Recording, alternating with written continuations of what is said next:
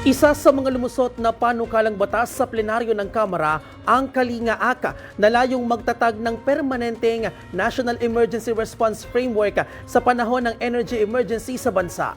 At mula sa Batasang Pambansa, si Faith Santiago live. Faith.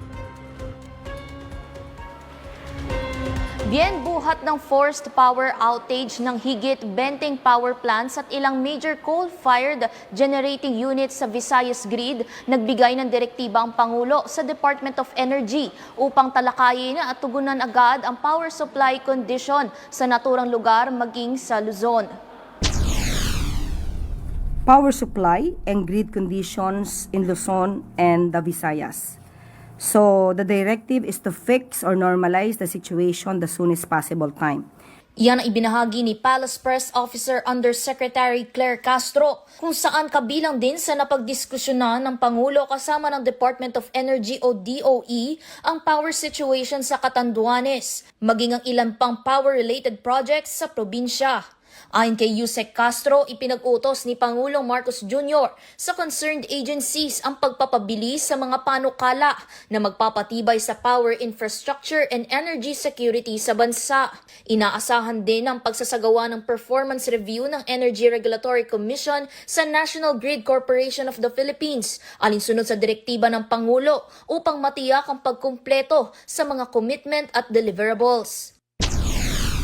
Samantala, pumasa naman sa ikatlo at huling pagbasa ng Kamara ang House Bill No. 9305 o ang komprehensibong alalay sa livelihood, inflation, negosyo at goods assistance o Kalinga Act.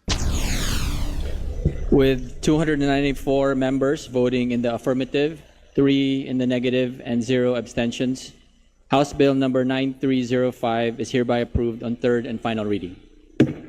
Sa pamamagitan nito, makapagpapatatag ng isang whole-of-government emergency response at resilience framework na makakatulong sa gobyerno upang agarang magsagawa o mag-roll out ng targeted interventions sa panahon ng fuel price shocks, energy supply o economic disruption sa bansa.